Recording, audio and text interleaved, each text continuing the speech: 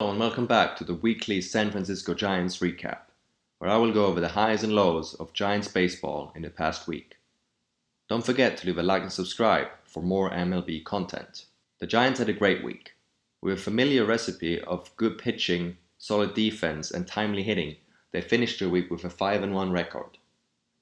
After they won 2 out of 3 games against the San Diego Padres, they then swept the Colorado Rockies at home. Now let's have a look at what went right and what went wrong during the past week's games. The Giants started off the week with a 3-2 win against the San Diego Padres. In that game, Evan Longoria hit his 3rd home run, and Anthony DeSclafani had 5 solid innings where he only gave 1 earned run and had 4 strikeouts. To end that game, Jake McGee recorded his 2nd save. Matt Wisler, however, gave up another run and had his ERA jump up to 27. Brandon Crawford started out the week very cold and was 0 for 4 with 2 strikeouts, and at that point he was hitting .067. One day later, the Giants lost 1-3 against the San Diego Padres. Once again, the pitching was good with Aaron Sanchez in his Giants debut with 5 solid innings, only 1 earned run and 4 strikeouts.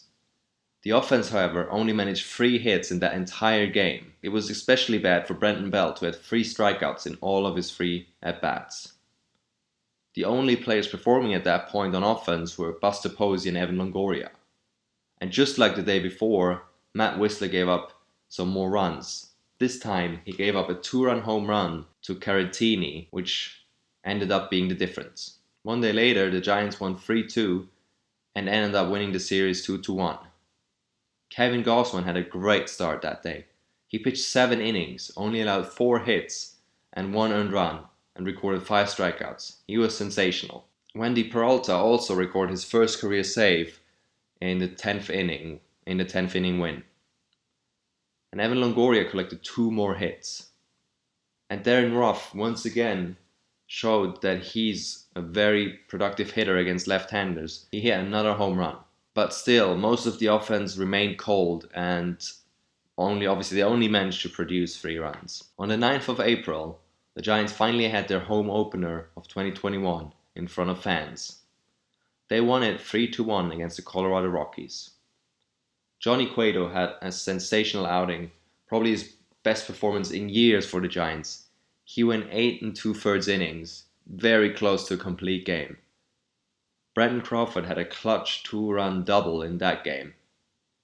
And the only downside really was that Mike Yastrzemski was still ice cold.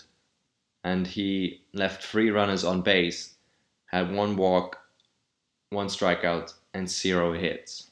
One day later, the Giants won 4-3 against the Rockies. Brandon Crawford once again was the hero with a 3-run home run. And the bullpen was very solid. Berger, Moranta, Rogers, and McGee pitched 4 scoreless innings with 5 total strikeouts, and McGee got his 4th save of the season already. The downside, on the other hand, was Logan Webb. He was so solid in spring training, and you would really have thought that he would start out great after that spring. But he had 5 shaky innings where he gave up 5 hits, 3 runs, 3 of them earned, with 2 walks. And once again, most of the offense was cold.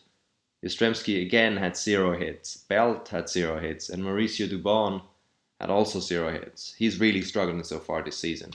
And then yesterday, the final game against the Rockies, the Giants blanked them with a 4-0 win. And once again, Anthony DeSclafani pitched great. This time he pitched 6 innings, gave up 6 hits, allowed with 1 walk, 8 strikeouts, and 0 earned runs. Evan Longoria had a very solid game with 2 hits and 2 RBIs, and the bullpen followed DeSclafani with 3 scoreless innings. The long ball was also back for the Giants, with Brandon Belt hitting his 1st home run of the season and Alex Dickerson hitting one as well. Then we also had the debut of Lamonte Wade Jr. It was his first game with the Giants and he showed up. He had 2 hits, a single and a double, and was very solid in center field. Once again, the one downside was Mike Yastrzemski, who was still struggling and had only 1 hit. He really needs to get his act together and break out in a major way. This week, the Giants are welcoming the Cincinnati Reds to town for 3 games. And then later, they travel to the East Coast to play 3 games against the Miami Marlins. That's it for me. Thanks for watching, and I hope you'll be back for another Giants Weekly update next week.